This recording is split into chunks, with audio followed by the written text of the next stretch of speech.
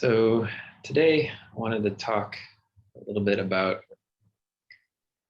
kind of this, as I've been thinking this over, it's kind of like a dirty little secret about self-love. And that is that even though we can love ourselves, we can give ourselves love, we can show ourselves lots of love.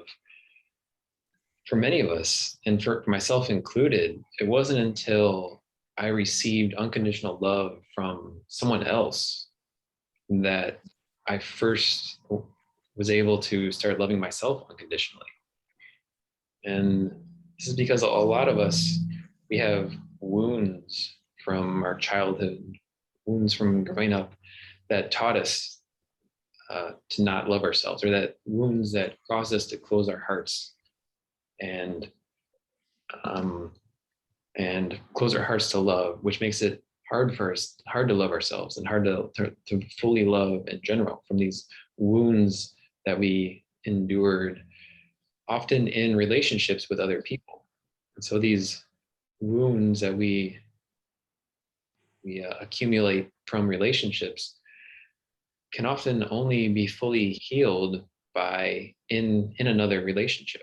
So and this is not a new idea. This is something my therapist has told me, and I've seen it, I've read it in other sources. This idea that wounds that we receive in relationship can only fully be healed in a relationship. And so even though it is very important to love ourselves and to practice giving ourselves love, practice making ourselves feel loved, one thing that really helps do that is to receive a source or have someone else reflect unconditional love back on us. And once we experience that feeling of unconditional love from another person or people, that can make it a lot easier for us to break through the shell surrounding our heart and start to love ourselves and give ourselves love. And so for me, I've talked a little bit about this before, but the first time I really started feeling that unconditional love reflected back to me was at the yoga teacher training I did in 2020 with MC Yogi. And I mean, particularly him, he just, I don't know if he consciously does it, but he just radiates unconditional love and makes people feel loved and accepted exactly as they are. And then that kind of sets the tone for the whole group. And so I just felt surrounded by all these people that accepted me and loved me. And so that was the first time I didn't use those words at the time, but that's the first time that I really started being able to love myself, was when I had that experience of being loved by this group. And that was particularly powerful for me because, as I've talked about before, one of my big wounds was from being rejected by peers, being rejected by my group or by other students when I was around in middle school. I think that's when it really started. And so that was a big wound for me, making me feel not worthy of love, making me feel like an outsider, making me feel rejected by my experiences from just being an outsider and being a weirdo in middle school and getting made fun of for weird things that I said. And so for me in particular, receiving this reflected unconditional love from this group of people, from these group of peers, did a lot to help me heal that wound that I had from middle school, and help me start to dissolve the protective shell around my heart and reconnect with my heart and start to actually view myself as worthy of love, view myself and being able to give myself love. And then I had another really powerful healing experience a few months after that, in April of last year, when I went to that breathwork retreat with Yaima and the Inner Light Revival folks.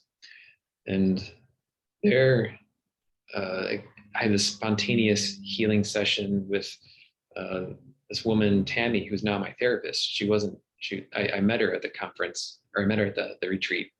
And just kind of spontaneously, it happened at like midnight on Saturday night of the event. We wound up talking, and she talked me through, I mean, she's a therapist also, so she kind of talked me back to this original wound I have from childhood, from my mother. I've talked about that a little bit in the past. And then she just reflected this unconditional love to me in kind of like almost like a motherly sense. Um, but that again, that experience, and she did some Reiki too. I don't really understand what she did, but she did something that really, really helped heal that other wound, this other mommy wound that I had. And that was when I really started, that really opened my eyes to this idea of unconditional love, because she talked about unconditional love. She talked about how we all need to feel unconditional love, and that's a wound that we all have at some point. And so that's what really got me on this whole idea of focusing on love and loving ourselves. And it was after that that I really started the practice of giving myself love and started making myself feel loved, and continually working to heal these wounds that I have, and bring more love into my life. And so that's kind of like a little paradox or a little catch-22, is that sometimes in order to feel like we can love ourselves, we need to have someone else reflect love back to us. And I think that's something that's often overlooked with this idea of self-love, because I know it's really popular in like the spiritual and self-help and new age circles right now, this idea of self-love. But oftentimes, and I've seen this played out, I've seen other people talking about this, this idea that we have to love ourselves fully before we can love other people, or before we can, especially in the context of romantic relationships, there's some people get this idea that until I heal myself, I won't be ready for a relationship. And that can be, it's not linear like that. It's not like we heal ourselves first and then we can be worthy of a relationship.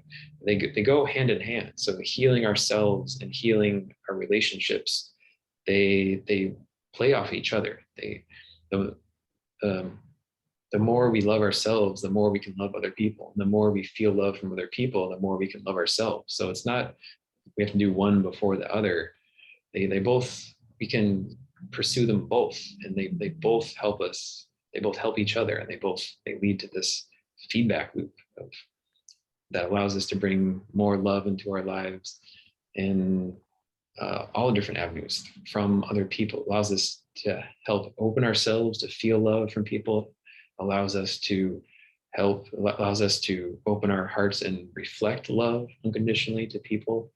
And it allows us to open our own hearts and give ourselves love.